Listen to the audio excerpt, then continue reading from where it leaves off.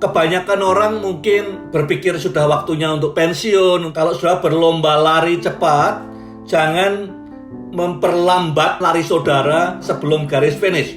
Saudara harus berlari dalam konsistensi kecepatan yang sama setelah melewati garis finish, supaya bisa finish stronger.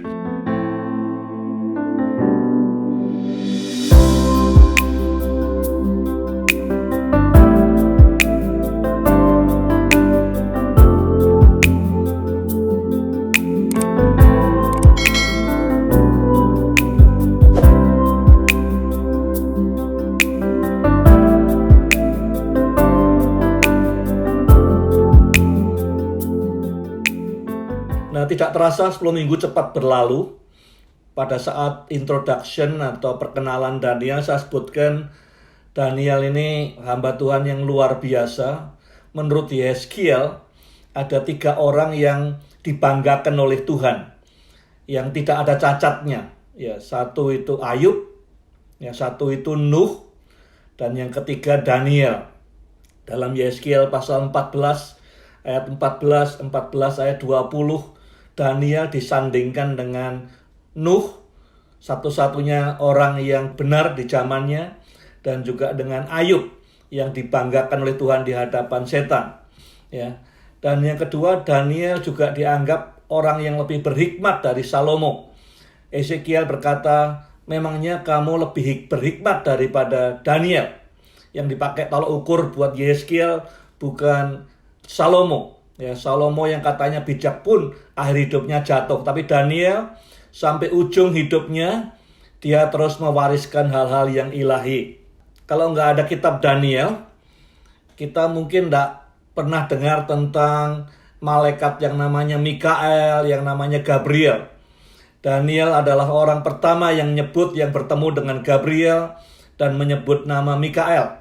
Kemudian muncul lagi di Perjanjian Baru oleh Lukas dan kemudian oleh Yohanes di kitab Wahyu. Kalau tidak ada kitab Daniel, kita tidak tahu pertempuran di udara. Bagaimana Mikael bertempur dengan kerajaan Persia. Jadi banyak hal yang kita pelajari dari kitab Daniel ini. Daniel pasal 11, saya coba akan menjawab beberapa pertanyaan yang diajukan. Siapa sih Raja Utara, siapa sih Raja Selatan? Nah, menurut banyak ahli Alkitab, Daniel pasal 11 itu suatu nubuatan yang sangat detail dan sangat tepat. Ya, jadi akibatnya orang-orang banyak berpikir ini ditulisnya setelah kejadiannya. Jadi Daniel pasal 11 itu tidak beda dengan Daniel pasal 2, Daniel pasal 7, dan Daniel pasal 8. Daniel pasal 2, mimpinya Nebukadnezar, kemudian diperinci lebih jauh di Daniel 7, Daniel 8, dan di Daniel 11 dibuat sangat terperinci sekali. Sampai semua ahli sejarah mengatakan ini pasti ditulisnya setelah kejadiannya. Baru kemudian waktu tahun 1947 ditemukan naskah Laut Mati, ya, Qumran, ditemukan naskahnya Daniel lengkap, yang merujuk bahwa ditulisnya sebelum kejadian itu, sebelum kerajaan Yunani bangkit, sebelum Raja Xerxes memerintah, sebelum Esther. Jadi penemuan naskah Laut Mati membuktikan bahwa sesungguhnya Tuhan itu sudah tahu apa yang bakal terjadi dengan detail belum kejadian itu ada. Diceritakan di Daniel pasal 11, sudah disebut di Daniel 8, Daniel 7, ya, bahwa setelah Babylon itu kemudian Medio Persia. 3 atau 4 keturunan setelah Kores adalah Raja Ahasveros, yang kemudian sangat kaya dan sangat jaya, itu suaminya Esther. Terus kemudian pada sekitar tahun 330 sebelum Masehi, Alexander Agung dikatakan menguasai dunia. Tapi Alexander Agung mati muda, umur 32 atau 33, jenderal yang luar biasa ini dari kerajaan Yunani mati. Dia digantikan oleh 4 orang jenderal. 2 orang jenderalnya itu menjadi kuat. Yang satu di utara menguasai Syria sampai Persia, namanya kerajaan Seleucid. Dan yang kedua yang di kerajaan selatan itu namanya Ptolemeus di Mesir dan sekitarnya. Dan sudah bisa bayangkan ada dua kerajaan kuat yang selama berapa ratus kemudian setelah Daniel perang terus satu dengan yang lain. Palestina atau tanah Kanaan atau Israel itu di tengah-tengahnya.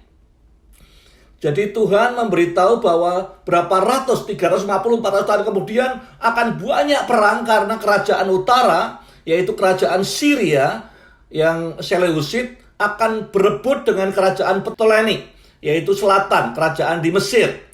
Gantian terus dan semua lewat di tanah perjanjian. Jadi Tuhan menyiapkan bangsa Israel bahwa akan ada masa turbulence selama 350 tahun. Seperti zamannya hakim-hakim. Tapi sekarang tidak ada pemimpinnya. Orang Israel perlu siap. Akan ada masa sulit. Tapi dijanjikan bahwa orang yang namanya tertulis di buku akan selamat. Seperti yang dituliskan di Daniel 11 itu yang terjadi. Ada pernikahan antara anak raja di utara selatan dan segala macam itu. Persis terjadi seperti nubuatan itu. Semua nubuatan atau hampir semua nubuatan biasanya punya multiple fulfillment, penggenapan beberapa kali. Ya, contohnya kata pembinasa keji yang disebut di ayat 9, ayat 27, ayat 11, pasal 11, 31, 12, 11. Daniel menyebut ada pembinasa keji mengakibatkan kehancuran. Itu digenapkan di dalam Raja Antiochus Epiphanes. Ya, dari Seleucid, dari kerajaan Syria yang mempersembahkan babi di bait Allah, melarang orang merayakan Sabat dan segala macam, pokoknya menghina Tuhan, sehingga muncul pemberontakan di Israel.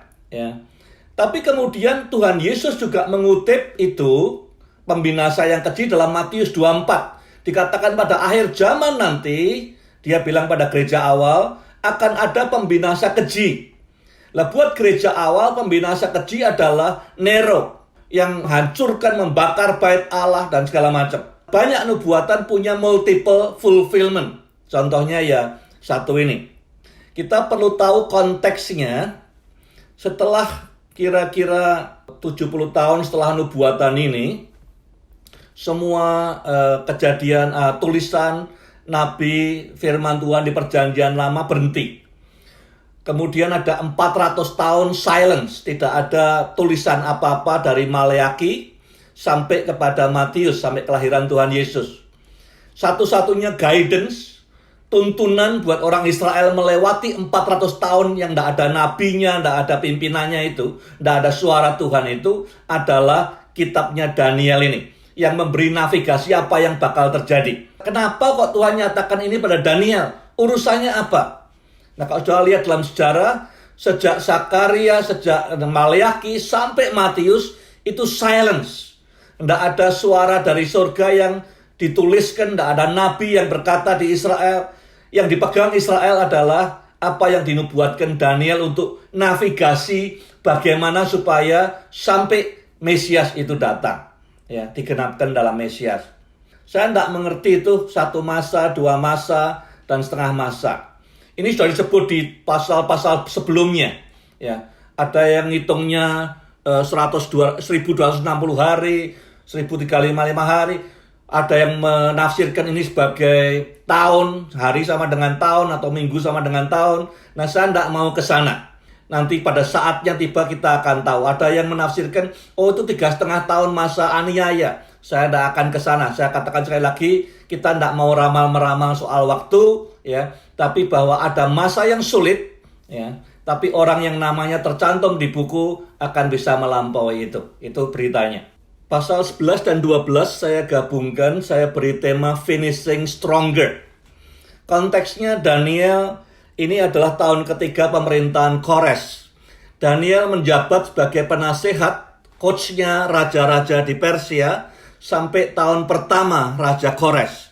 Jadi mungkin dia sudah setahun tidak pegang jabatan. Dia umurnya mungkin sekitar 87-88 tahun. Kebanyakan orang mungkin berpikir sudah waktunya untuk pensiun, untuk istirahat, menikmati hidup. Tapi orang kayak Daniel, kayak Kaleb, kayak Musa, ini adalah awal sesuatu perjalanan yang baru. Kalau sudah berlomba lari cepat, jangan memperpelan lari saudara 10 meter sebelum garis finish. Saudara harus berlari dalam konsistensi kecepatan yang sama 10 meter setelah melewati garis finish, supaya bisa finish stronger.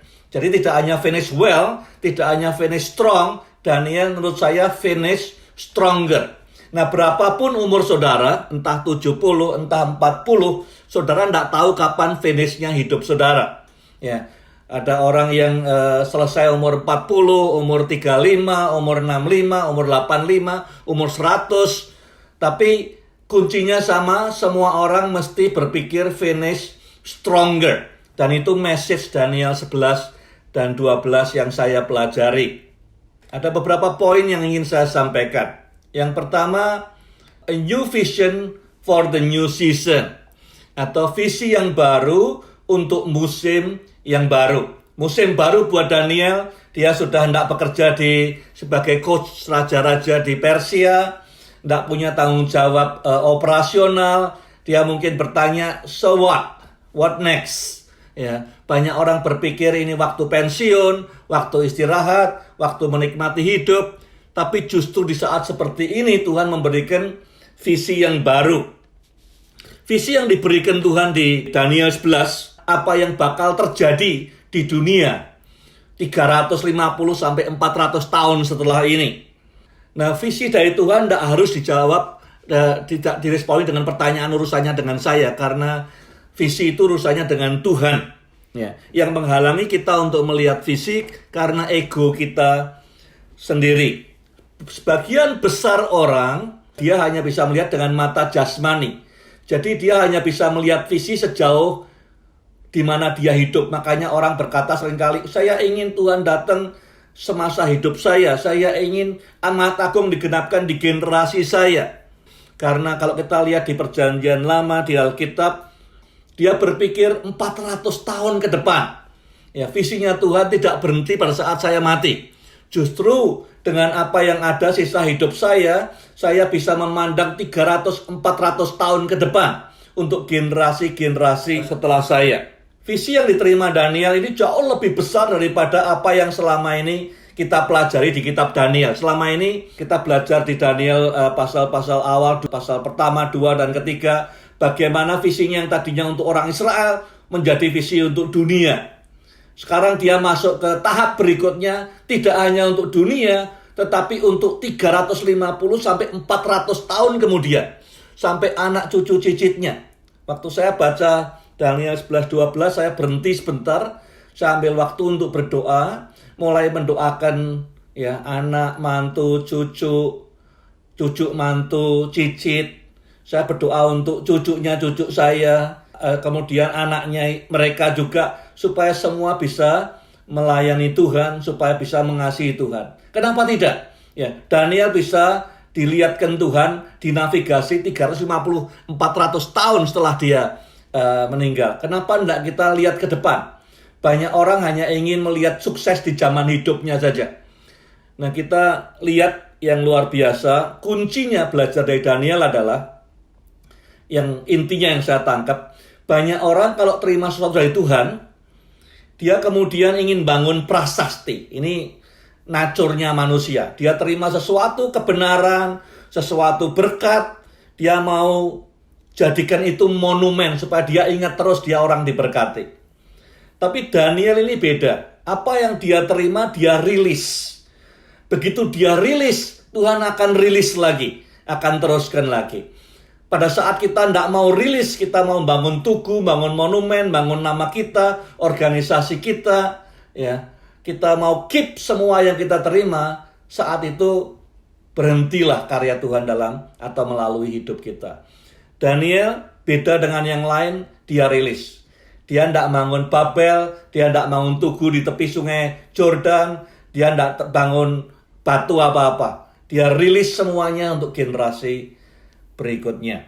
Jadi satu hal yang menarik buat saya belajar Daniel 11 adalah di usia yang 88 dia menerima visi dan mengerjakan visi yang jauh lebih besar daripada saat dia berusia 15 tahun. Bukan soal umurnya menurut saya. Tapi kita harus siap untuk melewati batas umur kita.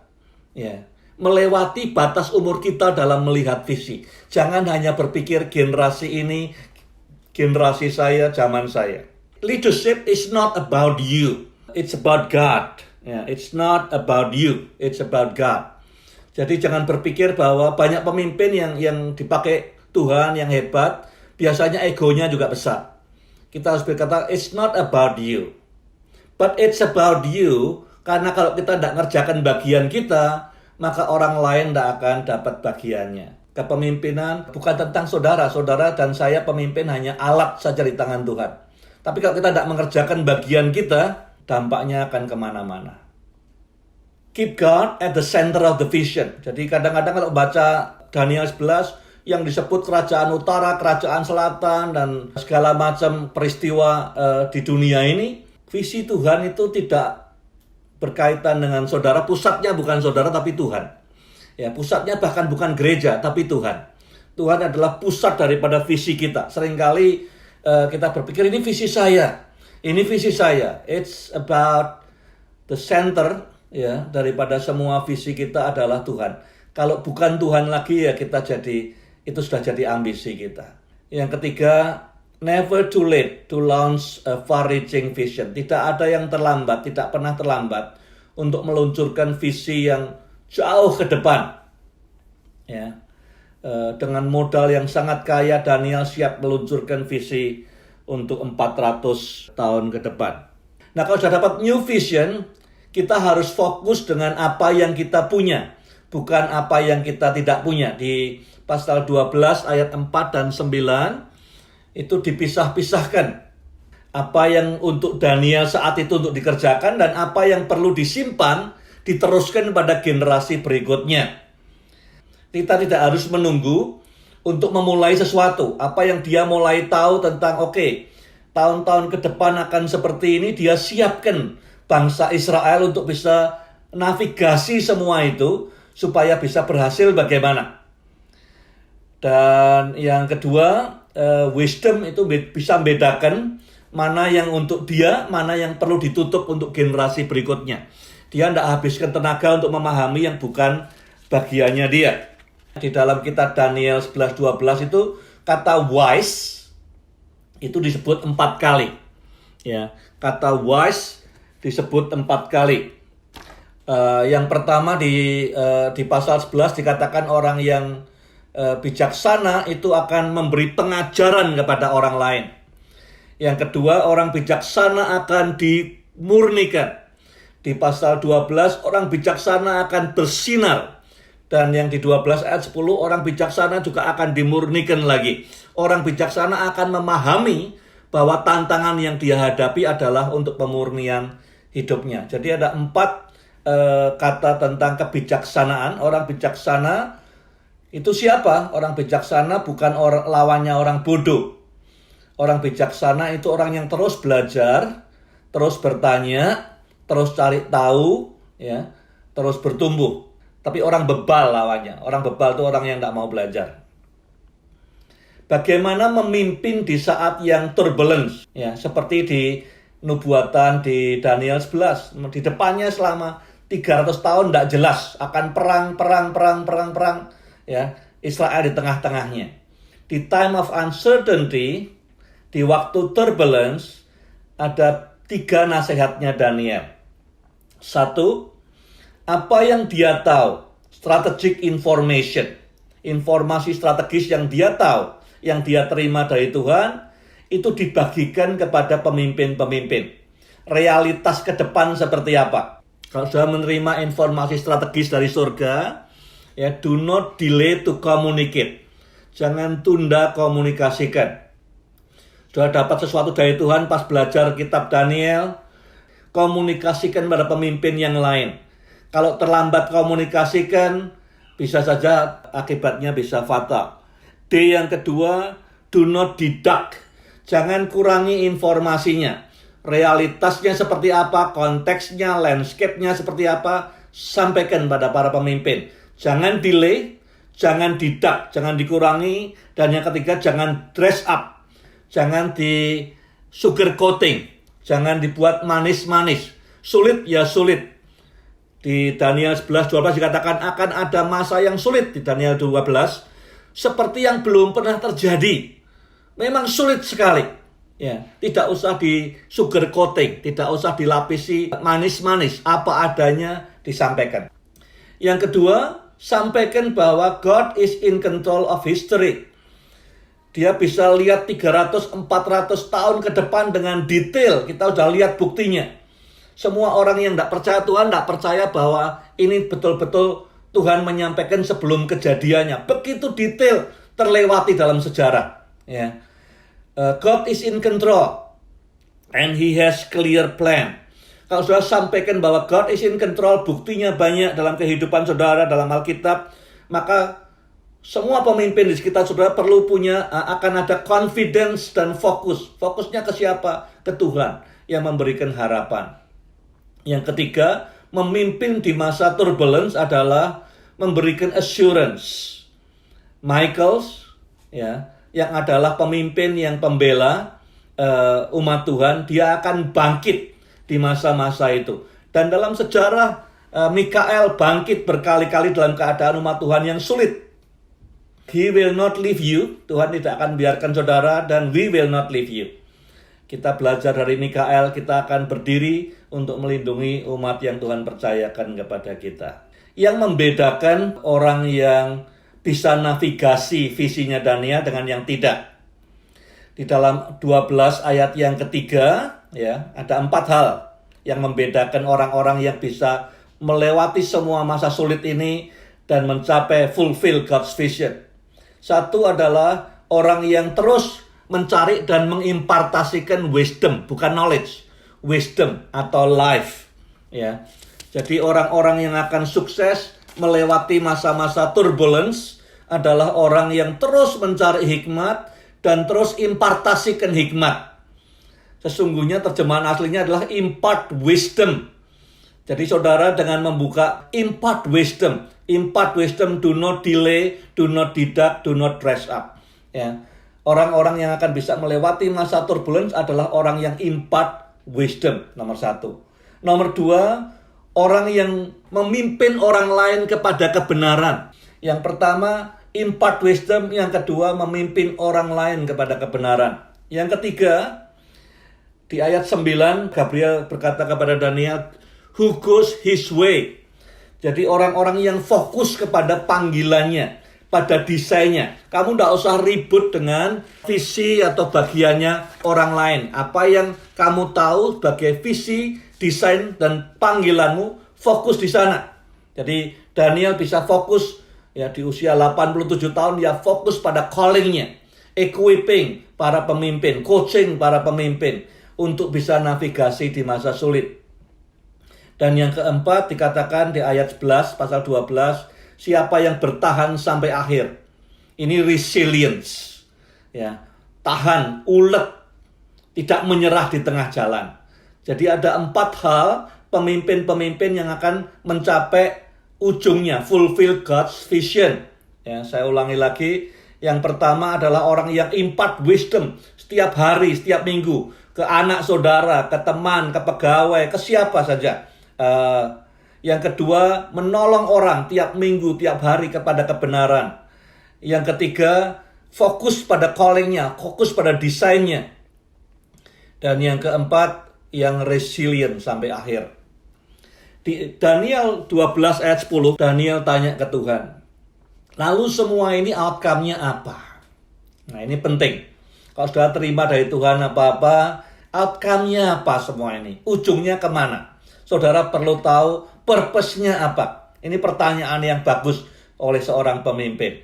The outcome is you, katanya. Dikatakan di ayat 10, orang-orang yang berhikmat akan dimurnikan, akan dibuat tanpa noda, dan akan dihaluskan. Kualitasnya ditingkatkan, refine.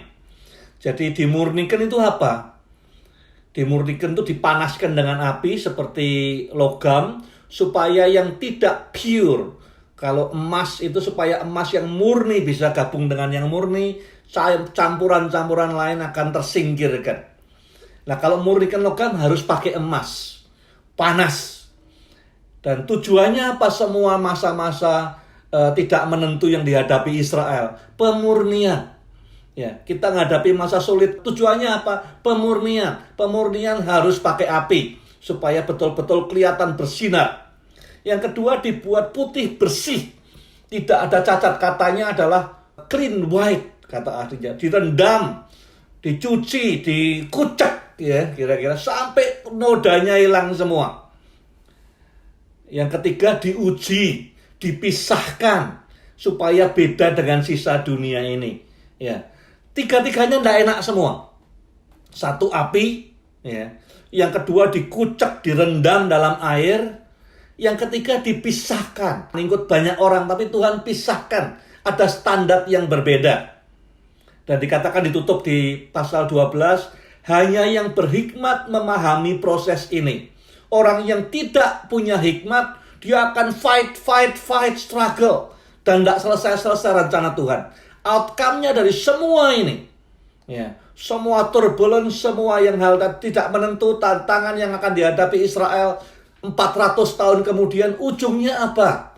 Ujungnya adalah umat yang dimurnikan. Umat yang spotless, tidak ada nodanya. Umat yang dipisahkan, di-refine. Hari ini, kalau ada masa tidak menentu, supaya ada umat yang dimurnikan. Ada yang umat yang dibuat putih bersih. Dan di-refine, jadi kualitasnya bagus sekali. Tapi orang yang tidak berhikmat tidak tahu. Dia lari, dia komplain, dia berontak. Tapi orang yang berhikmat tahu, outcome-nya yang Tuhan mau adalah ini. Saudara dan saya itu outcome dari semua ini. Semakin kita ngerti outcome-nya, kita kerjasama dengan Tuhan, dan tujuannya akan tercapai. Nah, pertanyaan buat diskusi di kelompok saudara, coba renungkan dan share ke teman-teman di kelompok saudara. Dalam hidupmu, ya kalau bisa akhir-akhir ini, 2 tahun boleh, setahun boleh, pencucian, pemurnian, refinement, apa dalam hidup saudara yang saudara alami, yang paling berat, yang paling sulit dilewati. Ceritakan bagaimana saudara tahu bahwa apa yang dimaksud Tuhan, apa yang dicari Tuhan mengizinkan saudara melewati masa pemurnian ini. Ya, satu, share, renungkan kapan pemurnian yang Tuhan kerjakan dalam hidupmu yang paling berat dan kau bisa melewatinya, atau kau masih tengah-tengahnya barangkali. Ya, sudah nangkep belum yang dicari Tuhan itu apa? Yang mau dimurnikan, yang mau disingkirkan itu logam apa? Yang mau dibuang itu noda seperti apa? Ya, yang mau dipisahkan dari kita itu apa? Cara berpikir yang bagaimana? Hanya orang berhikmat yang bisa memahami bahwa semua ini tujuannya adalah pemurnian.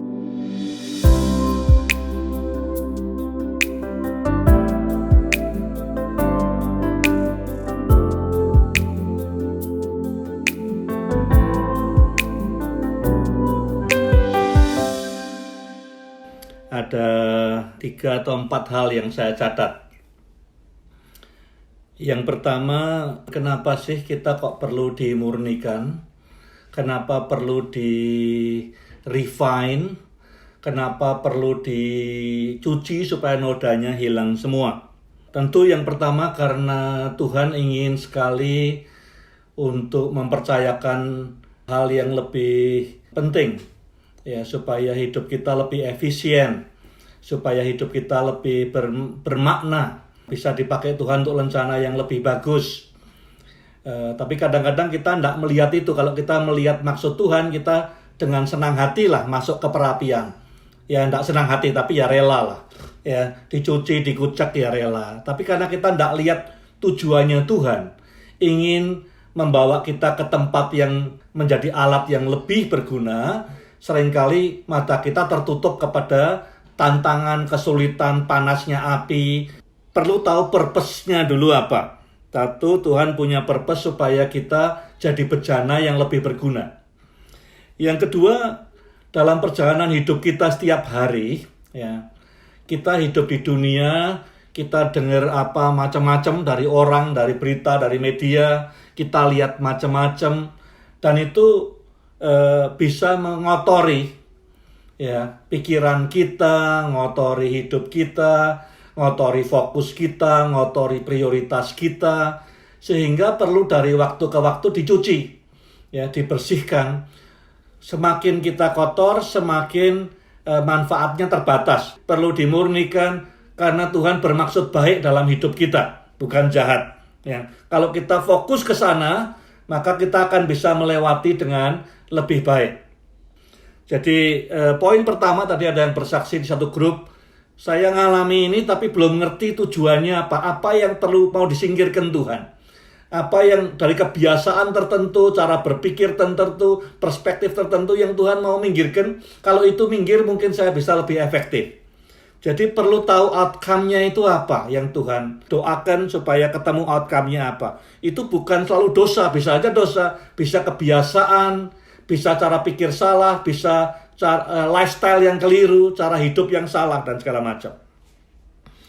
Termasuk juga tinggi hati, termasuk juga pride, yang seringkali saya alami seperti itu. Yang kedua, community. Jadi dalam pemurnian, kalau itu sifatnya pribadi, jangan tinggalkan community. Kadang-kadang kita dimurnikan, bahkan kita menyendiri, makin sulit. We need support. Ya, itu sebabnya Bible Study ini ada sharing seperti ini. Kita butuh community untuk menopang, untuk menolong kita menjadi sounding board. Oh mungkin maksudnya Tuhan ini, oh mungkin maksudnya Tuhan itu. Butuh coach, butuh mentor, sounding board, menolong kita memahami apa maksudnya Tuhan lewat semua ini. Berbahagialah yang bisa bertahan sampai akhir. Yang ketiga adalah empower orang. Dalam keadaan kita dimurnikan, seringkali pusat pikiran kita ke diri kita sendiri. Ya kita merasa senang kalau bisa self-pity. Oh saya ini kasihan ya ngalami semua ini. Dan kita merasa enak rasanya dikasihani orang. Itu jauhkan dari yang demikian. Justru dalam keadaan kita dimurnikan, dikucek, dicuci, direfine, kita harus empower orang lain. Ini momen untuk rilis. Dan dalam rilis, dalam empower orang lain, kita dalam kesulitan sendiri, kenapa empower orang lain? Justru dengan rilis itu, kita tertolong untuk bisa memahami apa yang Tuhan mau. Empower orang lain, saya katakan tadi, don't delay. Ya, apa yang saudara punya, share ke orang lain, do not delay. Ya. Yang kedua, do not deduct. Apa yang Tuhan ingin, yang saudara terima, bagikan kepada orang lain, jangan dipotong. Jangan di-courting buat saudara sendiri. Dan yang ketiga, jangan di-dress up. Realitinya sampaikan. Dengan informasi yang seperti ini, saudara empower orang lain, supaya orang lain yang hadapi hal yang sama bisa bangun. Orang-orang dunia berpikir, kenapa saya sendiri susah kok? Saya sendiri ngalami api kok. Kenapa saya mikir orang lain? That's how the Bible works. Pada saat kita merhatikan orang lain, empower orang lain, God will empower us. Dan saya berdoa buat semua saudara, teman-teman di Bible Study, berapapun usia saudara, ya, saya ingin coba berpikir finish stronger. Bukan hanya finish well, ya. Di Amerika ada riset mengatakan lebih dari 70% hamba Tuhan tidak finish well. Ya, tidak mengakhiri pertandingan dengan baik, tidak mengakhiri hidup dengan baik, leadership dengan baik. Tidak hanya well, tapi saya berdoa saudara finish stronger. Tanda-tandanya apa kalau kita ini finish stronger? Yang pertama, ada appetite for greater vision. Nah, seringkali kita ini, saudara harus bisa melewati perspektif bahwa semua yang ada itu dibatasi oleh umur saudara. Ya, itu perspektif yang keliru. Di Kejadian pasal 50, waktu itu Yusuf sudah mau mati, dia bilang, suatu saat nanti Tuhan akan melawat kamu semua. Saat Tuhan melawat kamu semua, bawa tulang-tulangku kembali ke tanah perjanjian. Dia bisa melihat 400 tahun kemudian bahwa Tuhan akan melawat, membawa pulang orang Israel. Demikian juga dengan Daniel. Dia melihat 400 tahun ke depan bahwa memang ada macam-macam terjadi di dunia. Ya, perang antara kerajaan utara Syria dengan Mesir berkali-kali. Tapi itu semua cuman sekedar arena, ya, platform untuk outcome-nya apa? Membentuk umat Tuhan yang dimurnikan. Jadi yang pertama tandanya, jangan pernah kehilangan appetite untuk greater vision in your life. Berapapun umur saudara. Saudara 30, saudara 60, saudara 80. Pikirkan visi yang melampaui hidupmu. Jangan hanya berpikir visi untuk generasimu, visi untuk hidupmu. Saudara dan saya tidak harus melihat hasil akhirnya. Karena visi senternya itu Tuhan, bukan saudara. Tidak harus lihat hasil akhirnya, tapi saudara yang menggulirkan visi ini. Supaya generasi-generasi kemudian bisa fulfill that vision. Jangan berhenti berpikir, God can give you vision and dream for the future. Ya, seperti Kisah 1 ayat 17, 18, Yoel 2 ayat 28. Di akhir zaman Tuhan, orang-orang tua akan bermimpi, anak muda akan lihat visi dan segala macam. Nomor 2, appetite for learning, inquiry, pursuing wisdom. Semangat untuk belajar, jangan sampai hilang. Ya. Bedanya orang yang punya lawannya wisdom, itu bukan orang bodoh, tapi orang bebal. Orang yang tidak mau belajar. Orang yang punya wisdom bisa belajar dari siapa saja. Selalu bertanya, cari tahu, learning. Jangan pernah berhenti learning. Jadi orang-orang yang finish stronger, tidak berhenti inquiring. Dan bertanyanya tidak sekedar what, tapi why. Kalau what, ya what is the outcome. Jadi what-nya adalah what yang meaningful. Tapi pertanyaannya, why Daniel? Why now? Kenapa Tuhan pakai Daniel? Kenapa Tuhan pakai saya? Kenapa sekarang dia nyatakan ini? Ya, jangan berhenti, jangan habisi appetite saudara untuk learning, untuk mengejar wisdom, untuk terus bertanya. Yang ketiga, deep care for the people. Daniel mikirkan generasi-generasi berikutnya. Dia bilang, gimana umat Tuhan bisa survive? 350 tahun kemudian perang terus utara dan selatan. Saling berebut wilayah Fertile Crescent, tanah perjanjian. Ya. Ini yang buat dia kemudian mulai melangkah dengan apa yang dia punya. Dia care, bukan hanya untuk generasinya, tapi generasi-generasi kemudian. Anakmu, cucumu, ya, generasi-generasi berikutnya dari bangsa ini. Ya. Yang berikutnya, tandanya orang-orang yang akan finish stronger, more intense, imparting life. Jangan pernah berpikir pensiun untuk membagikan hidup saudara, wisdom saudara. Ya. Saudara bisa belajar dari anak kecil, dari siapapun juga. Tapi juga impart wisdom. Impartasikan hikmat dan hidup kepada orang lain. Muridkan.